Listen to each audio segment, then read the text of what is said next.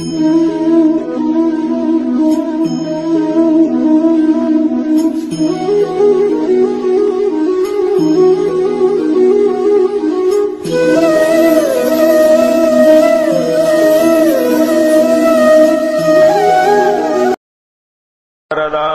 विठ्ठल श्री ज्ञानदेव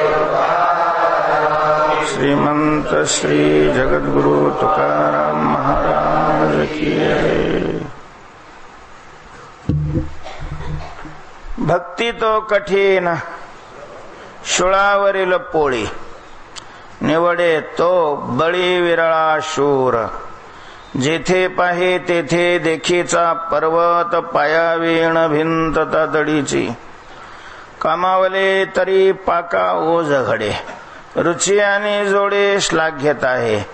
तुका म्हणे मना पाहिजे अंकुश नित्य नवा दिस जागृतीचा, जेथे पाहे तेथे देखीचा पर्वत, पायावीण भिंत तातडीची. श्रीमंत श्री जगद्गुरु तुकोबाराय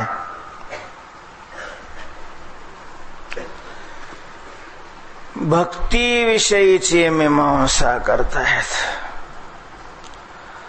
आतापर्यंत भक्तीविषयी जे तुकोबारायांनी मत मांडलेलं आहे त्याच्या विरोधात आज भक्तीच्या स्वरूपाविषयी काय मांडतायत, आपलं मत मांडतायत.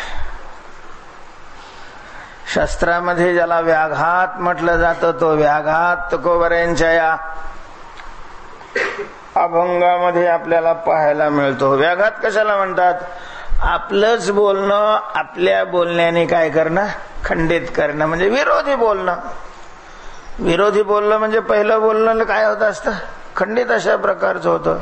तसं तुकोबारायांनी थोडस भक्तीच्या बाबतीत या अभंगामध्ये आपल्याच बोलण्याच्या विरोधी भाव व्यक्त केलेला आहे. भक्ती कशी आहे हो? इतर ठिकाणी जवळजवळ कितीतरी प्रमाण आहेत. भक्ती सोपी आहे, भक्ती पंथ बहु सोपा, नामसंकीर्तन साधन पै सोपे, तुका म्हणे सोपे आहे सर्व होनी, नाही का? विठ्ठल विठ्ठल मंत्र सोपा, स्वल्पानी गोड. कितीतरी ठिकाणी सोप सोप सोप सोप सोप भक्तीला म्हटलेलं आहे आणि नेमके लोक भक्ती मार्गाला लागले. बिचाऱ्याने तिकडचं सोडून इकडं आले आणि इकडं आल्यावर मग तुकाराम महाराजांनी बोर्ड लावलाय,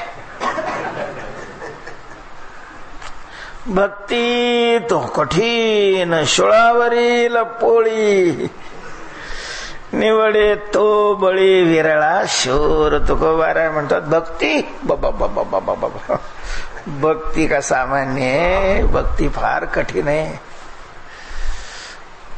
पोळी आहे ती, अगदी गुळ घालून पुरणात घालून पुरण घालून बनवलेली ती काय पोळी आहे. पूर्वी सगळ्यात श्रेष्ठ जेवण म्हणजे पुरणपोळीच असायचं. गावरान तूप, गावरान गहू, गावरान हरभरे खाणारे गावरानच होते. तेव्हा पोळी आहे ती गोड आहे. पोळी कशी असते? गोड असते. तसं भक्ती अतिशय गोड आहे, आनंददायक आहे, चित्ताला आनंदमय बनवणारी भक्ती आहे, यामध्ये काही संशय नाही. पण भक्ती म्हणजे शुळावरली पोळी आहे, शुळावरली पोळी. शुळावर जायचं आणि मग ती काय खायची? पोळी खायची.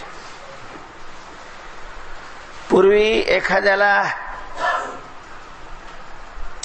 देहांताची शिक्षा द्यायची असेल तर त्याला शुळावर चढवलं जात असे.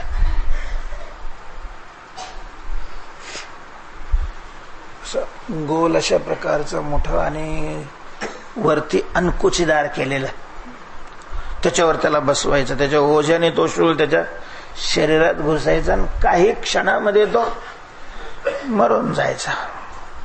शूळ म्हणतात, शूळ. तुकाराम महाराज भक्तीला शूळावरची पोळी म्हणतात, शूळावरची पोळी. भक्ती तो कठीण शूळावरील पोळी. तेव्हा असं काय झालंय आज तुकाराम महाराजांना? आजपर्यंत भक्ती सोपी, भक्ती सोपी, भक्ती सोपी असं म्हणणारे तुकाराम महाराज आज अचानक भक्ती तो कठीण अशा प्रकारचं विधान कसं काय करतात? का करतात? भक्ती कठीण कशी काय? महाराज भक्ती कठीण असते तर एवढे लोक भक्तीला कसे लागले असते? जिथं पाहो तिथं भक्तीचा गजर चालू आहे. असं गाव नाही तिथं सप्ताह होत नाही. असं गाव नाही जिथं हब पण आहे. तालुक्यामध्ये जरी संख्या काढली महाराज प्रत्येक तालुक्यातली, तरी नुसत्या महाराष्ट्रातच भक्ती करणारे नवे, भक्तीचा प्रचार करणारे, भक्ती करणारे नाही. भक्ती करणारे तर त्याच्यापेक्षा खूप आहेत. असे किती काही असंख्य मंडळी भक्तीच्या मार्गाला लागलेली दिसते. कठीण असल्यावर योगाच्या मार्गाला एवढे माणसं आहेत का? तेवढ्यापुरतं सकाळी बरं वाटतं म्हणून प्राणायाम करणारी माणसं वेगळी, ते काही योगी थोडी आहे. शरीराला बरं वाटावं म्हणून प्राणायाम करणारी, आसनं करणारी आवश्यक तेवढी शरीराला चांगले आहे. पण मग यांना योगी म्हणता येईल का आपल्याला? अष्टांगाची साधना करणारे यम, नियम, मग आसन, प्राणायाम, धारणा, ध्यान आणि समाधी अशा प्रकारच्या या अष्टांग, त्याच्यामध्ये हठयोगाच्या मार्गाने जाणारी माणसं फार कमी आहे, थोडी आहेत. आणि त्याचं कारण आहे की तो मार्ग काय आहे? कठीण आहे. न साधे हा मार्ग ऐसे बोलती मुनिजन. मुनिजन हा मार्ग न साधे ऐसे बोलती. ज्ञानोबा म्हणतात, नाही नाथ महाराजांचं प्रमाणे बोलत. ज्ञानोबा यांचंच आहे का? हा नागिनी उत्सव आहे, ज्ञानोबा यांचंच आहे. ओम नमो भगवते वासुदेवा याच्यातलंच आहे. तर हा मार्ग साध्य होणं, फलापर्यंत या मार्गाने जाणं हे कठीण आहे. आणि हे कठीण आहे हे सामान्य माणसं म्हणतात, चहा पिणारे जन असं नाही ना. भोगी माणसं म्हणतात असं नाही ना. भोगी माणसाला परमार्थातलं सामान्यातल्या सामान्य गोष्ट सुद्धा काय असते? कठीण असते. कठीणच आहे बा म्हणतात तुमचं. आता त्याच्यात काय कठीण आहे बरं? पण कठीण आहे म्हणतात. अतिविषयासक्त असलेल्या माणसाला 1 तासभर सुद्धा प्रवचनामध्ये, 2 तास कीर्तनामध्ये तंबाखू खाल्ल्याशिवाय, चघळल्याशिवाय त्याला ते जमत नाही. म्हणजे त्याला 2 तास त्याच्या वाचून राहू शकत नाही. त्याला 2 तास राहणं हे काय वाटतं? कठीणच वाटतं. नुसतं 2 तास तंबाखू वाचून राहणं कठीण वाटणारी माणसं आहेत. तर असे काही विषयासक्त माणसं आहे, बिड्या पिणारी माणसं आहे, त्यांना पहिली संपली का दुसरी लागते. काड्याची पेटी त्यांना वापरावीच लागत नाही. बिड्या पिऊन काड्याची पेटी वापरीत नाही.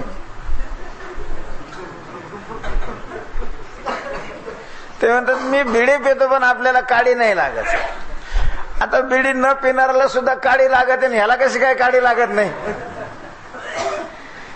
याचा अर्थ असा आहे की सकाळी सकाळी चूल पेटलेली असते, सकाळी तिथं बिडी पेटवतो आणि नंतर मग अग्निहोत्र, त्याची बिडी कधी विजतच नाही. ती संपत आली की दुसरी लावून घेतो तिलाच. त्याच्यामुळं काडीचं काम पडत नाही. अशा माणसाला सांगितलं बा 2 तास तुम्हाला इथं बिडी नाही पिता येणार, जड येतं त्यांना, नाही जमत.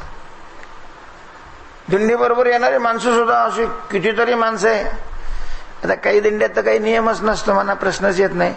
पण काही नियमाचे दिंडे असतात, त्यांना दिंडी बरोबर नाही बिड्या वगैरे पिता येत. पण अशी 20व्याला बसली दिंडी,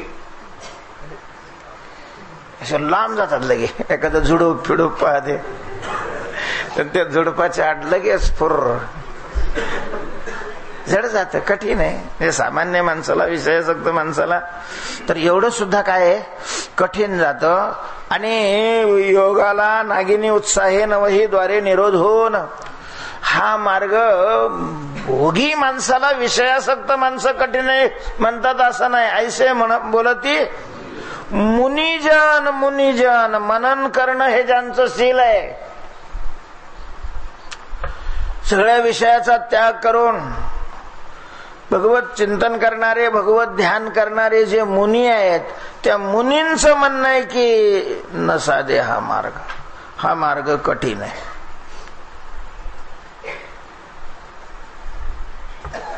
आणि आज तुकाराम महाराज भक्तीलाच काय म्हणायला लागलेत, कठीण आहे म्हणायला लागले. अवघडच झाले. मग तर बाकीचे मार्ग कठीण आहे, वाचाला भक्ती सोपी आहे म्हणून लोक भक्तीकडे झुकले, भक्ती मार्गावर आले. आणि तुकाराम महाराज आज सांगायला लागलेत की भक्ती कठीण आहे.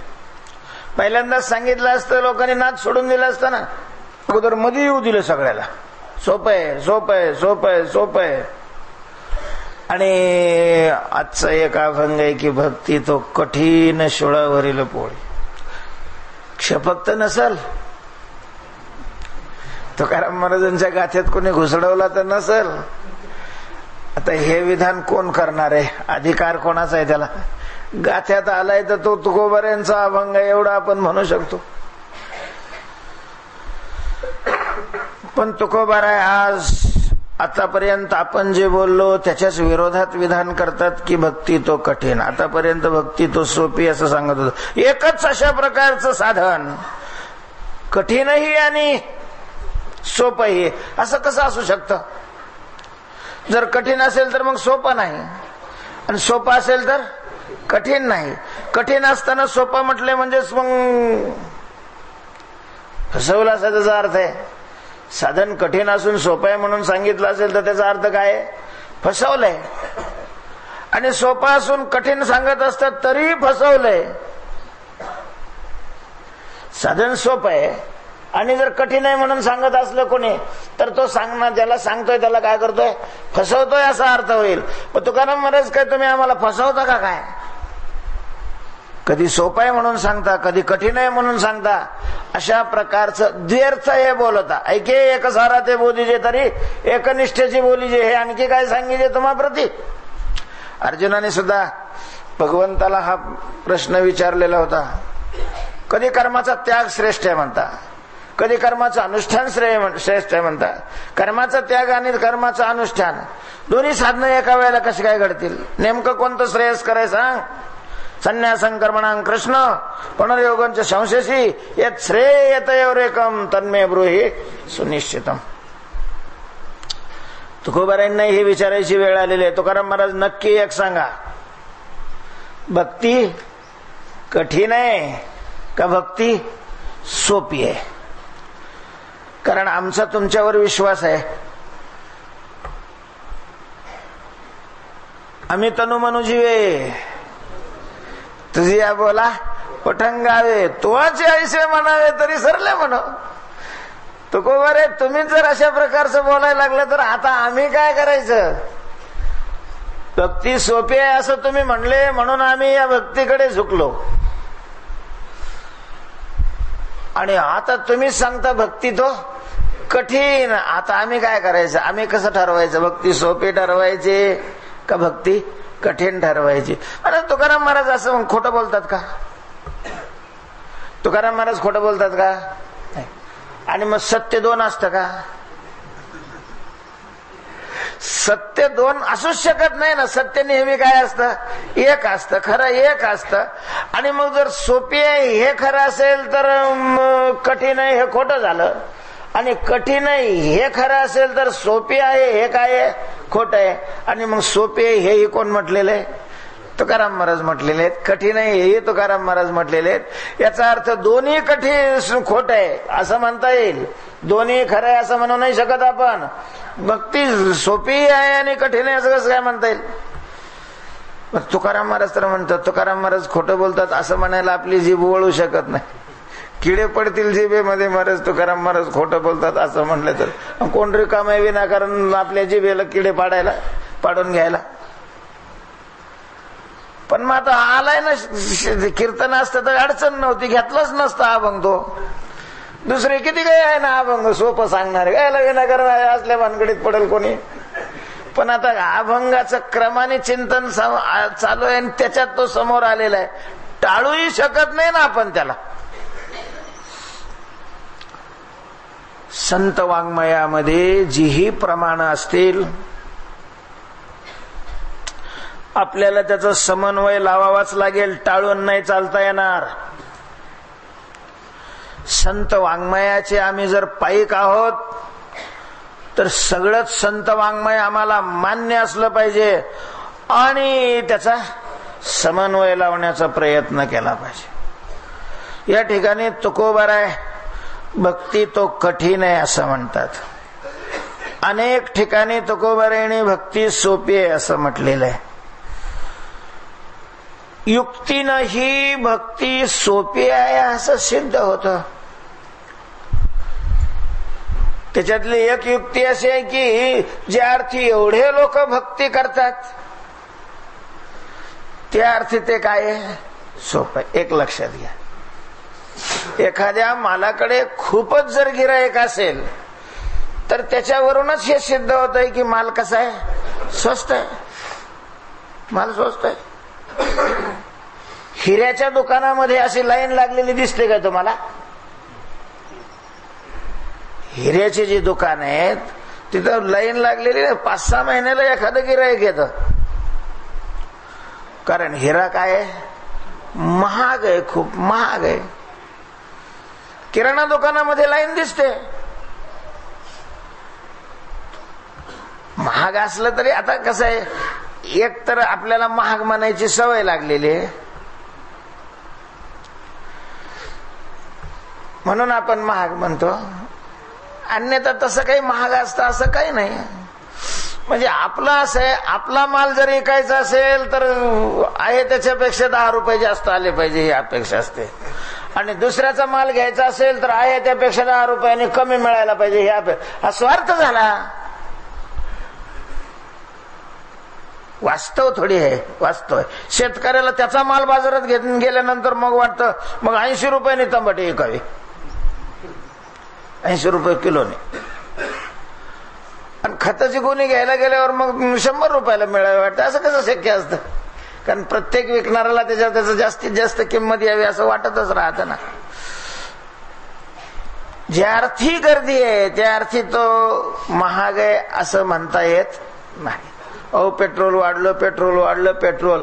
महाराज पेट्रोल वाढलं असतं तर गाड्याचे शोरूम ओस पडले असते. गाडीच विकली नसते कोणी विकत घेतले असते तर एवढं पेट्रोल. ज्या अर्थी गाड्याला म्हणजे काय वेटिंग मध्ये उभं राहावं लागतंय. गाड्या पुरत नाही शोरूम मध्ये. मग पेट्रोल महाग झालेलं या म्हणण्याला काय अर्थ आहे? हे म्हणणं काही खरं आहे असं कसं काय म्हणता येईल? सवय लागलेली आहे आपलं कुठल्याही वस्तूला एवढं महाग. म्हणजे 80 रुपये तंबाटे विकले आता 20 रुपये असतील तरी गिराईक इतकं कसं काय महाग हो? बरं फुकट दिलं तरी लोक म्हणतील महाग आहे कारण इथे यावं लागतं ना आम्हाला. तुम्ही घरी आणून पोचवायला पाहिजे. हा स्वभाव झाला माणसाचा. ज्या अर्थी एवढे लोक भक्ती मार्गाला लागलेले भक्ती करताना दिसत आहेत त्या अर्थी भक्ती कठीण आहे असं वाटत नाही. भक्ती सोपी आहे. भक्ती सोपी. मग तुकाराम महाराजांनी या ठिकाणी कठीण आहे असं का म्हटलेलं आहे? बरं हा अभंग तुकोबारायांनी अत्यंत गंभीर होऊन लिहिलेला दिसतोय. तुकाराम महाराजांनाही हे लिहित असताना नक्कीच दुःख होत असेल. तुकोबारायांना सुद्धा हा अभंग लिहिताना निश्चितपणाने काय होत असेल, दुःख होत असेल. तुकोबारायांना हा अभंग लिहावा असं वाटत नसेल, कारण असे फार अभंग नाहीत ना. आवडीचा विषय असेल तर मनुष्य पुन्हा पुन्हा पुन्हा पुन्हा पुन्हा सांगतो. अजून एखादा अभंग आहे काय तो का असा अशा धर्तीचा नाही ना. एवढाच अभंग आहे, पूर्ण गाथ्यामध्ये एवढाच अभंग आहे. भक्तीला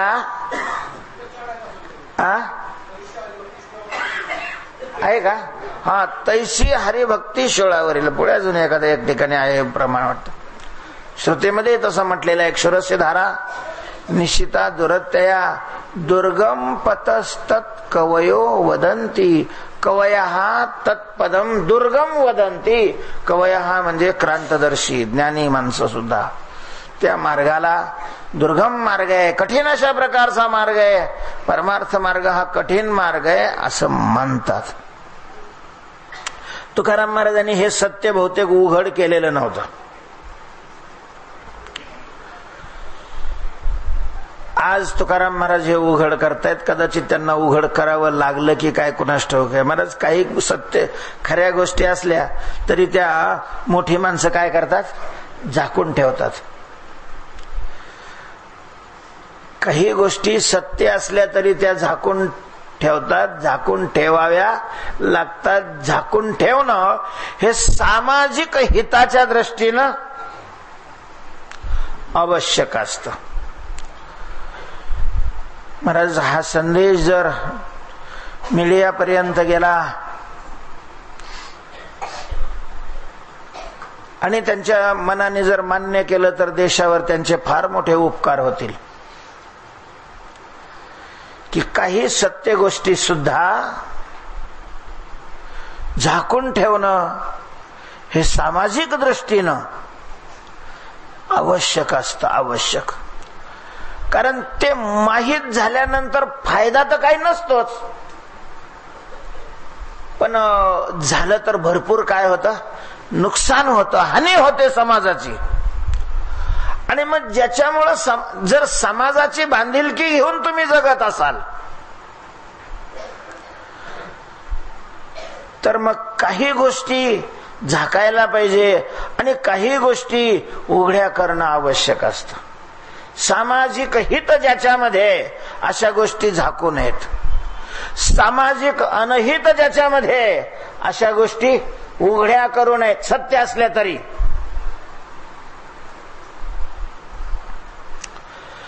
आज तुकाराम महाराजांना हे उघडं करावं लागलंय. का उघडं करावं लागलं असेल? जर हजारो ठिकाणी तुकोबारायांनी भक्ती सोपी आहे, भक्ती सोपी आहे, भक्ती सोपी आहे म्हटलं, तर आजच या ठिकाणी तुकोबाराय भक्ती कठीण आहे असं का म्हणण्याकरता प्रवृत्त झाले असतील? त्याही अगोदर या अभंगावर चिंतन करणाऱ्याला याचं उत्तर द्यावं लागेल की तुकाराम महाराज खोटं बोलतात का? कारण दोन सत्य कधी असू शकत नाही, दोन खरे असू शकत नाही, विरोधी दोन खरे असू शकत नाही. एकाच धर्मीविषयी विरोधी अशा प्रकारचे दोन धर्म सत्य कधी असू शकत नाही. भक्ती हे धर्मी एकच आहे, तर तिच्यावर सोपा आणि कठीण हे दोन धर्म राहू शकत नाहीत. आणि तुकोबारायांनी अनेक ठिकाणी भक्ती सोपी आहे असं सांगितलेलं आहे, तर मग कठीण आहे कसं काय सांगतात? आणि जर ती कठीण असेल तर सोपी आहे असं सांगितलं म्हणजेच तुकाराम महाराजांनी लोकांना फसवलं, खोटं बोलले तुकाराम महाराज असं सिद्ध होत आहे. तेव्हा याचं उत्तर प्रथम देणं गरजेचं आहे की तुकाराम महाराजांनी भक्तीला सोपं आणि कठीण अशा दोन्हीही धर्माने कसं संबोधलेलं आहे. तर याचं उत्तर असं आहे की विरोधी दोन धर्म एका वस्तूच्या ठिकाणी भिन्नत्वाने राहू शकतात आणि ते खोटही होऊ शकत नाही. ते खोटंही म्हणता येत नाही.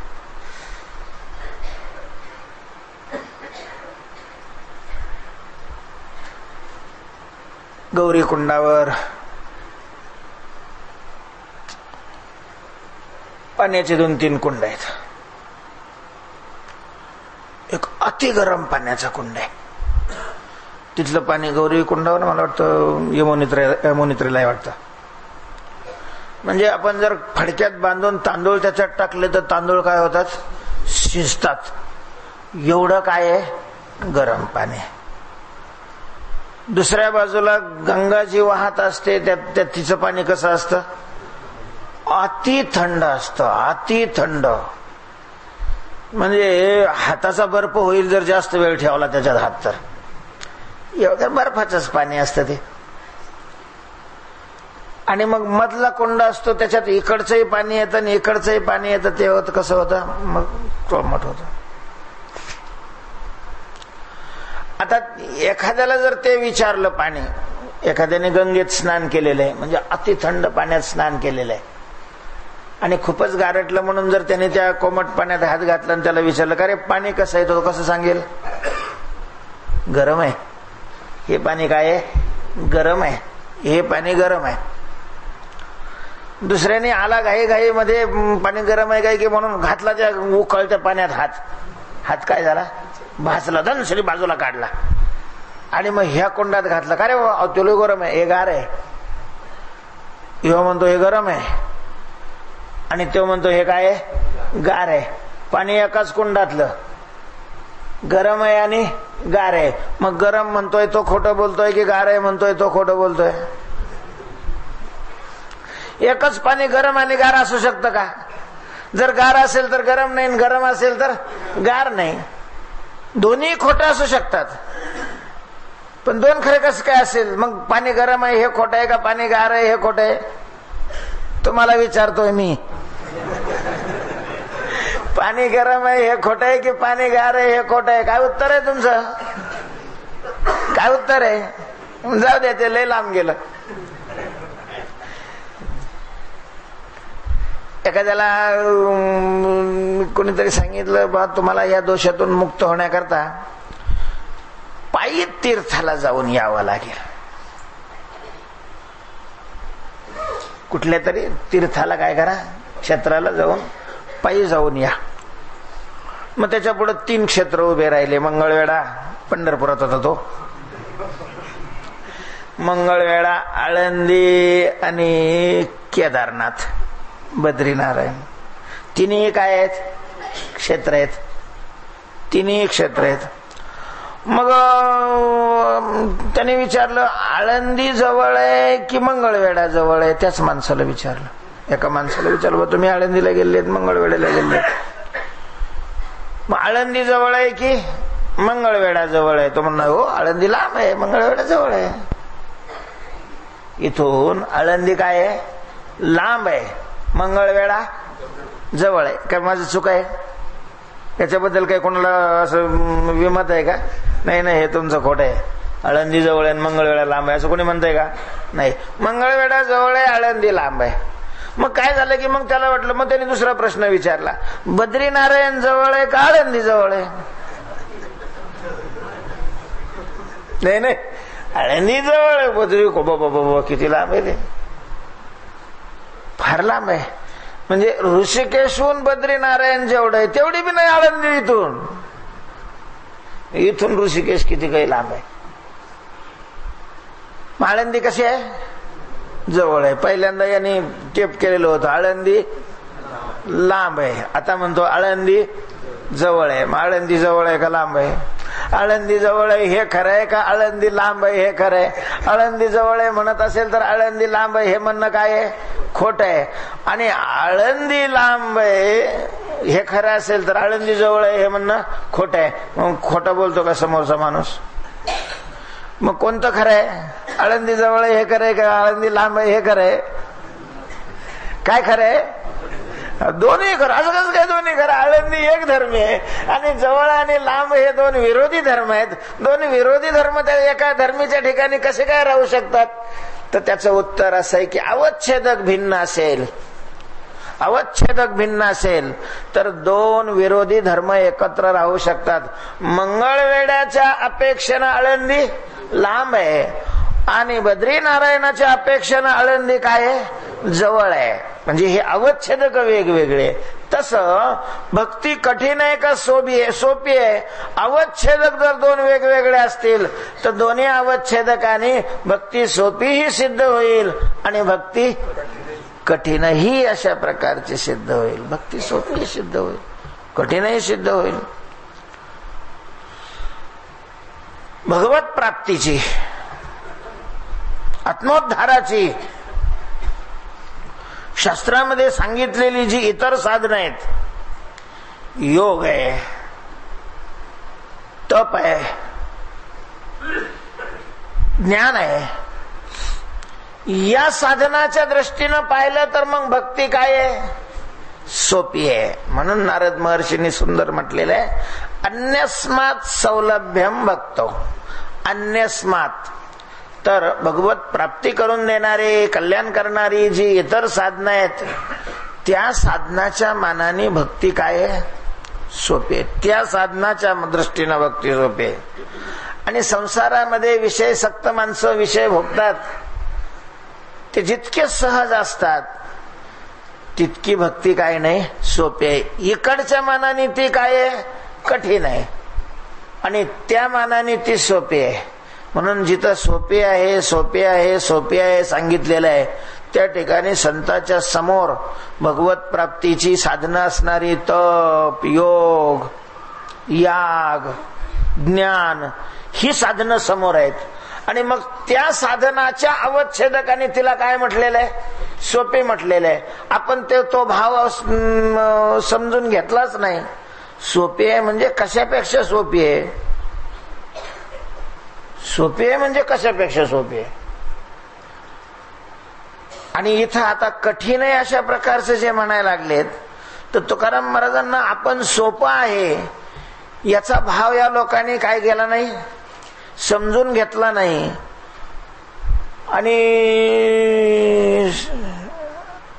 आणि भक्तीमध्ये सगळा गोंधळ माजवला असं दिसलं तुकाराम महाराजांना. तुकाराम महाराजांना असं दिसलंय की जेथे देखे तेथे, जेथे पाहे तेथे देखीचा पर्वत, पायाविन भिंत तातडीची. कोणी महामंडलेश्वर झालाय, कोणी महंत झालाय, कोणी श्रेष्ठ अशा प्रकारचं झालेलं आहे भक्तीमध्ये. आणि प्रत्यक्षामध्ये याने भक्तीचा एक पायरीही अशा प्रकारची ओलांडलेली नाही. महाराज आम्ही भक्तीमध्ये मार्गदर्शक झालो. भक्ती कशी करावी हे समाजाला दाखवायला लागलो. आणि ती भक्तीच आम्हाला मुळात माहिती नाही. त्या भक्तीच्या रस्त्याने आम्ही अजून चालायला बी नाही लागलो. आणि भक्तीचे मार्गदर्शक झालो. तुकाराम महाराज मस्तकावर हाणून घेतला असावं हे अभंग लिहित असताना. आणि अत्यंत कठीण अशा प्रकारच्या हृदयातून, दुःखातून हा अभंग व्यक्त केलेला स्पष्ट सांगावं लागलं, बाबा हो, भक्ती इतकी काय नाही, सोपी नाही. भक्ती तो कठीण.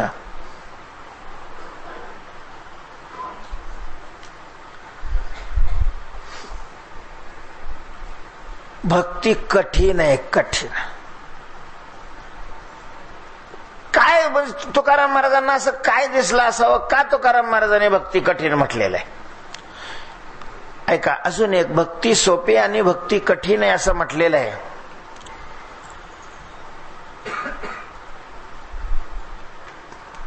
एकाने विचारलं का हो दुकान तांदूळ काय भाव आहे हो? 12 रुपये किलो आहे. दुसऱ्याने विचारलं तांदूळ काय भाव आहे? 150 रुपये किलो आहे. पहिल्यांदा सांगत असताना याला का शून्य दिसला नव्हता का काय? एकाला 12 सांगतोय, दुसऱ्याला 150 सांगतोय आणि तांदळाचाच भाव सांगतोय. मग त्यांनी दुकानदाराला विचारलं का हो, म्हणले असं कसं काय तुमची दुकानदारी करणं? काय झालं? पहिल्यांदा तुम्ही 12 रुपये तांदळाचा भाव सांगितला, आता 150 रुपये तांदळाचा भाव सांगतात, म्हणजे एवढ्या 2 मिनिटात एवढा वाढला का भाव? त्यांनी सांगितलं नाही रे बाबा, 12 रुपये किलोचाही तांदूळ आहे आणि 150 रुपये किलोचाही तांदूळ आहे. 12 रुपये किलो असणारा वेगळा तांदूळ आहे आणि 150 रुपये किलो असणारा वेगळा तांदूळ आहे. तांदळात फरक आहे. तसं भक्ती हा शब्द एक असला तरी भक्ती सोपी आहे असं म्हणत असताना तुकाराम महाराजांच्या नजरेसमोर असणारी भक्ती वेगळी आहे आणि भक्ती तो कठीण अशा प्रकारचं म्हणत असताना तुकोबारायांच्या नजरेसमोर असणारी भक्ती काय आहे? वेगळी आहे. तिथं प्रवेशाकरता साधनात्मक भक्ती आहे आणि या ठिकाणी साध्यात्मक भक्ती आहे. अर्थात भक्तीचा प्रारंभ सोपा आहे. भक्तीचा प्रारंभ काय आहे? सोपा आहे. प्रारंभी भक्ती कठीण नाही. त्या संस्कृत वाङ्मयामध्ये जे संस्कृतचं वाङ्मय जे ग्रंथ आहे त्या ग्रंथात 2 प्रकार असतात. काही ग्रंथ श्वानमुखी आहेत आणि काही ग्रंथ व्याघ्रमुखी आहेत. काही ग्रंथ व्याघ्रमुखी आहेत आणि काही ग्रंथ श्वानमुखी आहेत. व्याघ्रमुखी आणि श्वानमुखी या शब्दाचा अर्थ काय? व्याघ्रमुखी म्हणजे आरंभाला जे प्रकरण असतं ते इतकं कठीण असतं, एवढं कठीण असतं की तो ग्रंथ सोडवणारा पार मेटाकुटीला येतो. आरंभी कठीण राहत आणि नंतर मग सोपं राहत. त्याला काय म्हणतात? व्याघ्रमुखी म्हणतात. काही आरंभाला सोपं असतं आणि नंतरचे प्रकरण हे कठीण असतात, त्यांना श्वानमुखी म्हणतात. असेल तुमच्याकडे वेळ, कुवत, इच्छा तर तुम्ही चित्सुखी नावाचा ग्रंथाचा अध्ययन करून पहा. बरं, चित्सुखीचं पहिलं प्रकरण एवढं कठीण आहे. अद्वैत सिद्धीचं पहिलं प्रकरण खूप कठीण आहे. नंतरचे मग 3रं 4थं प्रकरण अगदी सोपं आहे. छोटंही आहे आणि सोपं पण आहे. पहिलं 2रं प्रकरण खूप कठीण आहे. याला व्याघ्रमुखी ग्रंथ म्हणतात. काही ग्रंथाचं असं असतं, पहिलं 2रं प्रकरण विचारसागर, पहिलं प्रकरण नुसतं व्याख्या. श्रवण कशाला म्हणायचं, मनन कशाला म्हणायचं, विवेक कशाला म्हणायचं, सोपं जातं. पहिलं प्रकरण एखाद्याने ऐकलं तर हे विचारसागर कठीण आहे म्हणते. काय कठीण आहे त्यात? किती मी सांगतो विचारसागर. पहिलं प्रकरण सोपं आहे, 2रं थोडंसं कठीण असलं, 3रं पुन्हा सोपं आहे. निश्चलदासजींनी अशी एक किमया केलेली आहे, 1 सोपं 1 कठीण, 1 सोपं 1 कठीण. पहिलं सोपं आहे, 2रं कठीण आहे, 3रं सोपं आहे, 4थं कठीण आहे, 5वं सोपं आहे, पुन्हा 6वं प्रकरण काय कठीण आहे, पुन्हा 7वं सोपं आहे. काहींचे पहिले सोपे असतात, नंतरचे कठीण अशा प्रकारचे असतात. भक्ती आरंभाला सोपी आहे. आरंभ करण्याकरता फार त्याच्यात काठीण्य नाही. काहीच्या ह्याच्यात म्हणजे प्रवेश करायलाच एवढे कागदपत्र जमा करावे लागतात की ते माणसं तिथंच हात बोल जाऊ दे म्हणतो. बँकेतून कर्ज काढायचं असलं ना, मला काम करणारी सामान्य माणसाच्या कामाचीच नाही बँक, रिकाम्या माणसाच्या कामाची राहते. हे आणा, ते आणा, ते आणा, ते आणा, ते आणा. आणि मग लोक म्हणतात जाऊ दे, कुठे जा, मग चला सावकाराकडं. सावकाराकडून पैसे काढायला पहिले काय सोपं राहतं, त्याला काही कठीण नाही. म्हणजे ओळख असली, काही एखादी वस्तू ठेवली, घाण ठेवली, काही केलं, देऊन टाकतो पैसे. बँकेचं तसं नाही. पण बँकेचं नंतर सोपं आहे, सावकाराचं नंतर अवघड आहे. याला व्याघ्रमुखी श्वानमुखी असं. तसं भक्तीमध्ये पहिल्यांदा काय लय कागदपत्र जमा करीत बसावं नाही लागत. कुठल्या जाती जन्माला आलेला असला चालतो, कुठल्याही वयाचा असला चालतो, कशी परिस्थिती असली चालतो, शिक्षण झालेलं असलं नसलेलं झालं तरी चालतो. म्हणजे पहिले कागदपत्र नाही लागत जास्त, म्हणून त्याला काय म्हटलेलं आहे, सोपं अशा प्रकारचं म्हटलेलं आहे, सोपी आहे.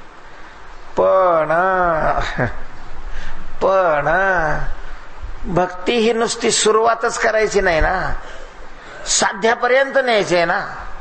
आणि मग साध्यापर्यंत या मार्गाने जायचं असेल तर पुढं काय आहे, कठीणच आहे महाराज, कठीणच आहे. आपण काय करतो, पायरीच चढत नाही, त्याच्यामुळे बरं राहतं. म्हणजे खालच्या पटांगणातच आम्ही महाराज झालो, महंत झालो, मंडलेश्वर झालो, अजून पायरी बी नाही चढलेली. आणि मग इथंच आम्हाला सोपं वाटायला लागलं. म्हणजे विषयी माणसं जेवढा विषयाचा आनंद घेत नाहीत तेवढा विषयाचा आनंद घेऊनही आम्ही पुन्हा भक्तीचे संस्थापक, प्रसारक असे झालो. आणि हे तुकाराम महाराजांना ज्या वेळेला दिसलं असेल त्यावेळेला तुकाराम महाराजांनी डोक्यावर हात मारून घेतला. राम राम राम राम राम राम. आपण सोपं म्हणलो त्याचा परिणाम काय झाला. आपण भक्तीला सोपं म्हणलो त्याचा परिणाम काय झाला. म्हणून तुकाराम महाराज म्हणतात भक्ती तो कठीण शूळावरील. अर्थात भक्ती ही पोळी आहे, पण ती सेवन करण्याकरता, भक्तीचा आनंद सेवन करण्याकरता शूळावर चढावंच लागतं. शूळावर चढल्याशिवाय भक्तीचा आनंद नाही मिळत. आम्ही भक्तीचा म्हणून भरपूर विषयाचा आनंद घेतो. आणि महाराज आम्हाला भक्ती अशाच्या विरोधात बोललेलं बी चालत नाही. तुम्हाला असं वाटतं का की तुकाराम महाराज जर आता हयात असते आणि हे बोलले असते तर कीर्तनकारांनी त्यांना तसं सोडलं असतं. चांगलं प्रारब्ध तुकाराम महाराजाचं की त्यावेळेला कीर्तनकार जास्त नव्हते. एकच मंबाजी भाऊ होता तरी हाणलं त्यांनी. एकटाच होता कीर्तनकार होता तेव्हा. हाणलं महाराज त्यांनी, हाणलं. काही निमित्त नव्हतं हाणण्यासारखं, पण हे असल्या बोलण्यामुळे तो लय चिडलेला होता.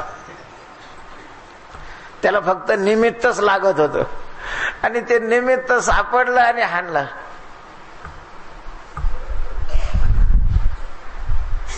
सोपी नाहीये एवढी भक्ती.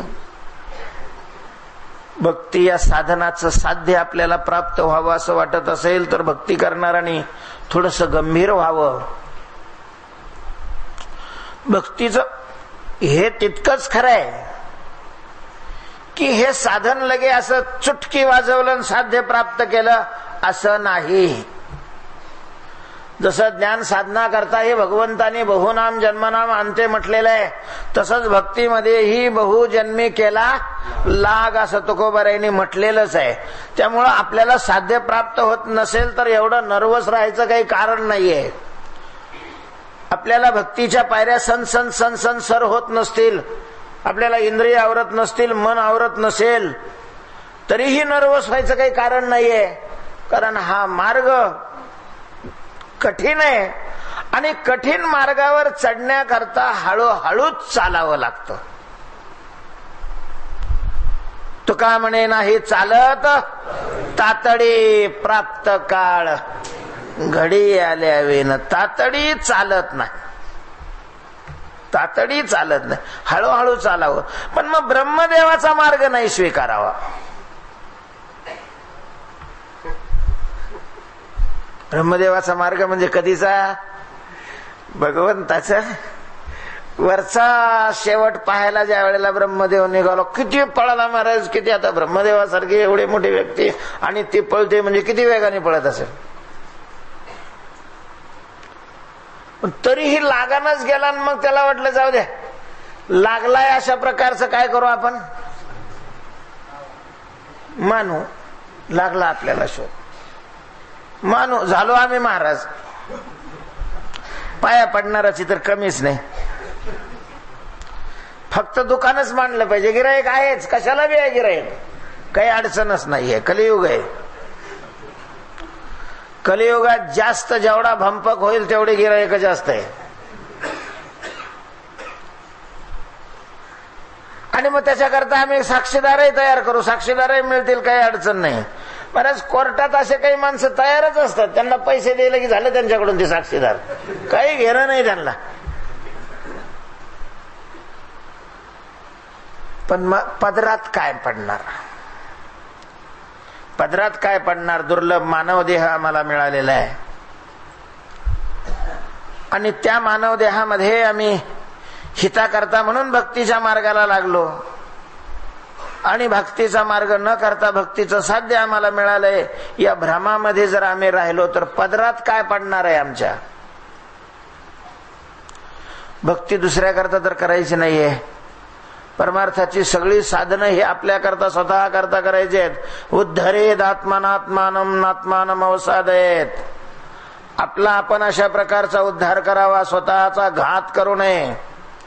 न अवसादयेत, स्वतःचा घात करू नये महाराज.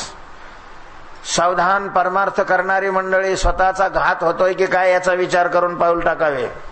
स्वतःचा घात होणार नाही किमान एवढं तरी करावं. नाही भगवंत परमात्मा मिळाला, नाही आपण मुक्त झालो, काही हरकत नाही, काही ना काही साधना करून आपण वाटचाल केली तरी चालेल, पण स्वतःचा परमार्थ करून भक्तीच्या नावाखाली आपला घात होणार नाही याची काळजी तरी किमान परमार्थ करणाऱ्यांनी घेणं आवश्यक आहे, गरजेचं आहे, गरजेचं आहे त्याचे. अन्यथा बाकीच्या सगळ्या पापाला प्रायश्चित्त आहेत, आत्मघाताला प्रायश्चित्त नाही. कारण करणार कोण प्रायश्चित्त? आम्हीच जर आमचा घात करत असलो तर ते प्रायश्चित्ताचं साधन करणार कोण आहे? कोटी हा करोडो गायी मारल्याचं पाप झालं असेल तरी त्याच्याकरता शास्त्रामध्ये प्रायश्चित्त सांगितलेलं आहे. पण आत्महत्या घडे ज्याशी प्रायश्चित्त त्याशी असे ना. कारण कोणी कशाने करायचं प्रायश्चित्त? ज्या शरीराने प्रायश्चित्त करायचं ते शरीर जर त्याने संपवलेलं असेल तर प्रायश्चित्त करणार कशाने? आणि म्हणून तुकोबारायांना आज सत्य उघड करावं लागलं, सत्य उघड करावं लागलं. महाराज, समाजाचा घात होत असेल तर ते सत्य उघड करण्याची वेळ आलेली आहे. अन्यथा परमात्मा आणि संत दोघही आम्हाला माफ करणार नाहीत. जर आमच्या बोलण्यावर समोरच्या व्यक्तीचा घात आणि हित अवलंबून असेल, आमच्या न बोलण्याने सत्य उघड न केल्याने समोरच्या व्यक्तीचा घात होत असेल तर सत्य उघड करणं हे आमची काय आहे? जबाबदारी आहे, जबाबदारी. ते जर सत्य आम्ही उघड नाही केलं आणि त्याचा घात झाला तर त्याच्या घाताला आम्ही कारणीभूत आहे हे सरळ सरळ सिद्ध होत आहे. भगवंतानी 3ऱ्या अध्यायामध्ये म्हटलेलं आहे की मी कर्माप्रमाणे का वागतो. वास्तविक मला कर्म करण्याची काहीच गरज नाही. न मे पार्थास्ति कर्तव्यम त्रिषु लोकेषु किंचन का नाना वाप्तव्यम वर्तयेव च कर्मणि. पण यदि अहम न वर्तेयम जातु कर्मण्यतंद्रितः मम वर्तमानुवर्तन्ते मनुष्या पार्थ सर्वशः. महाराज, ते कीर्तनकार या गोष्टीला जबाबदार आहे. ते कीर्तनकार या गोष्टीला जबाबदार आहे की त्यांच्यावर श्रद्धा ठेवलेल्या लोकांना घात ज्याच्यामुळे होतोय त्याचं ज्ञान करून देत नाही. अन्यथा या मार्गात न राहिलेलं चांगलं. तुम्ही जो रस्ता सांगत आहात त्या रस्त्यात येणारे प्रतिबंध जर तुम्ही त्या माणसाला नाही सांगितले, त्या रस्त्यातले खड्डे जर तुम्ही नाही त्या सांगितले आणि त्या रस्त्याने जाणारा तो त्या खड्ड्यामध्ये पडला तर तो तुमच्यामुळे पडलेला आहे, हा त्याचा अर्थ आहे. म्हणून कीर्तनकारावर ही जबाबदारी आहे की कीर्तन करूनही नरकात ज्याच्यामुळे जातो त्याचं ज्ञान, समाजाला भक्ती करूनही नरकात ज्याच्यामुळे जावं लागतं त्याचं ज्ञान करून देणं आवश्यक आहे. आवश्यक आवश्यक आहे महाराज.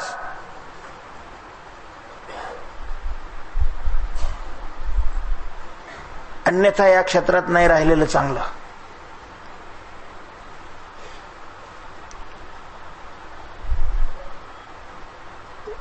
आपण इतरांचा घात केल्याच्या दोषातून तरी काय राहू, वेगळे अशा प्रकारचं राहू, मोकळे राहू. तुकाराम महाराजांना शेवट सांगावं लागलं. तुकाराम महाराजांनी झाकून ठेवलं होतं हे की भक्ती ही काय आहे, कठीण आहे. ठीक आहे, जाऊ दे, आता तुकाराम महाराजांनी का सांगितलं हे लक्षात आलं. पण का भक्ती कठीण आहे? भक्तीमध्ये असं काय काठिण्य आहे? कुठल्या भक्तीच्या अंगाकडे पाहून तुकोबारायांनी भक्तीला कठीण म्हटलेलं आहे? सोपं का म्हटलं हे सांगत असताना आम्ही सांगितलं की भक्ती करण्याकरता अमुकच जातीत जन्माला आलं पाहिजे असा काय नाही, आग्रह नाही. यज्ञ कोणतेही कोणालाही नाही करता येत महाराज. ठराविक यज्ञ आहे ते फक्त कोणाला करता येतात? ब्राह्मणांनाच करता येतात. तुम्हाला त्याच्या पुढे सांगू, ब्राह्मणामध्ये सुद्धा ठराविक यज्ञ ऋग्वेदी ब्राह्मणालाच करता येतात, ते यजुर्वेदी ब्राह्मणालाही नाही करता येत. ठराविक यज्ञ यजुर्वेदी ब्राह्मणच करू शकतो, ऋग्वेदी ब्राह्मणाला नाही करता येत. काही ठराविक यज्ञ ते क्षत्रियांनाच करता येतात, दुसऱ्या कोणत्याच वर्णाला करता येत नाही. यज्ञामध्ये जसे ह्या अडचणी असतात, भक्तीमध्ये तशा काय नाही, अडचणी नाही. म्हणून भक्ती सोपी आहे. आपल्याला सांगता येतं, कोणालाही भक्ती करता येते, कोणालाही भक्ती करता येते. ज्ञानोबा आहे, नाथ महाराजांनाही भक्ती करता येते आणि चोखोबारायांना जनाबाईंनाही काय करता येते, भक्ती करता येते. हे दोन्हीही अशा प्रकारची टोक भक्ती करूनच महात्मा झालेले आहेत. म्हणून भक्ती सोपी आहे. एक सांगता येते, कुठल्याही परिस्थितीमध्ये भक्ती करता येते. म्हणजे भक्ती करण्याकरता आर्थिक परिस्थिती बरी पाहिजे असं आहे का? यज्ञ करायचा असेल तर आर्थिक परिस्थिती काय पाहिजे, चांगली पाहिजे, कारण त्याला पैसा लागतो ते साधना करण्याकरता. पैसा नसेल तर कसं काय पंगत घालायचे, पैसे नाही कसं काय पंगत घालणार आहे? विठ्ठल विठ्ठल म्हणायला वाळवंटात बसून काही पैसे नाही लागत. विठ्ठल विठ्ठल वाळवंटात बसून आपण म्हणू शकतो, त्याला पैसे नाही लागत. पण पंगत करायची असेल तर पैसे लागतात, तीर्थयात्रा करायची असेल तर शारीरिक बळ अशा प्रकारचं लागतं. म्हणून जवळ हे सगळं सिद्ध आहे. भक्तीमध्ये अशी कसलीच अडचण नाही, कसलीच आडकाठी नाही. आणि म्हणून भक्ती काय आहे, सोपी आहे. भक्ती सोपी आहे अशा प्रकारचं म्हटलेलं आहे. आपण त्याचं समर्थन करू शकतो. पण आज तुकाराम महाराज भक्तीला सोपी नाही, भक्ती कठीण आहे अशा प्रकारचं सांगतायत. भक्ती कठीण आहे. तर मग सोपी का आहे हे सांगता आलं, तसं भक्ती कठीण का आहे, असं काय आहे काठिण्य त्याच्यामध्ये, कशाकडे पाहून तुकाराम महाराजांनी हा शब्द भक्तीला वापरलाय की भक्ती कठीण आहे. महाराज शुळावरील पोळे म्हटलेले. कठीण म्हणजे किती कठीण आहे, सामान्य कठीण नाही सांगितलं.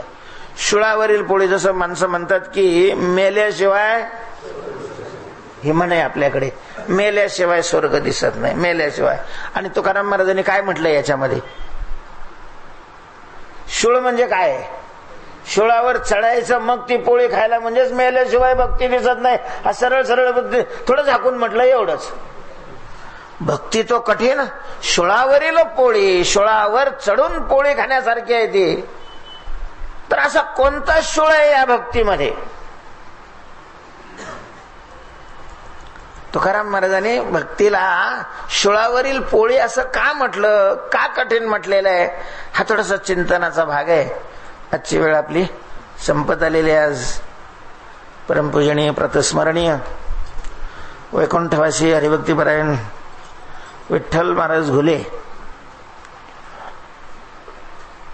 जे वारकरी शिक्षण संस्थेचं आजन्म अध्यापन ज्यांनी केलं, त्याच संस्थेमध्ये त्यांच्याकडूनच ग्रंथाचं अध्ययन आम्हीही केलेलं आहे. त्यामुळे आमचे गुरुस्थानी असणारे बाबा, त्यांचं आज चतुर्थ पुण्यस्मरण आहे. काय दीपक महाराजांनी काय सांगितलं, काय जातो महाराज तुम्हाला, मला सांगितलंय, जाहीर करू काय मग काय तर नाही करा म्हणून सांगा ना, मग काय सांगायचंय ना. हा, तर त्या पुण्यतिथी निमित्ताने दुपारी अर्थात 10:30च्या नंतर 10:30 ते 12 या वेळेमध्ये रंगनाथ गुरुजी परभणीकर स्मृती मंदिर बंकट स्वामीच्या शेजारी आहे, तिथं कीर्तन आणि कीर्तनानंतर प्रसाद दीपक महाराजांच्या नेतृत्वाखाली त्यांनी नावच त्यांच्या संस्थेला बाबांचं दिलेलं आहे. तर तिथं कीर्तन आहे, 10:30ला सुरू होईल, 12ला संपेल आणि त्यानंतर प्रसाद आहे. प्रसाद आहे, जेवण नाही. म्हणजे कमी झालं आणि ह्याला जास्त घेतलं, ह्या तक्रारी नाही, त्याने घरी जायचं खायला, तिथं नाही राहायचं. कीर्तन आहे आणि प्रसाद आहे हे मी सांगितलं. ज्यांची इच्छा असेल, श्रद्धा असेल त्याने यायचं. पुंडलिक वरदा हरी विठ्ठल श्री ज्ञानदेव माऊली ज्ञानेश्वर महाराज की जय.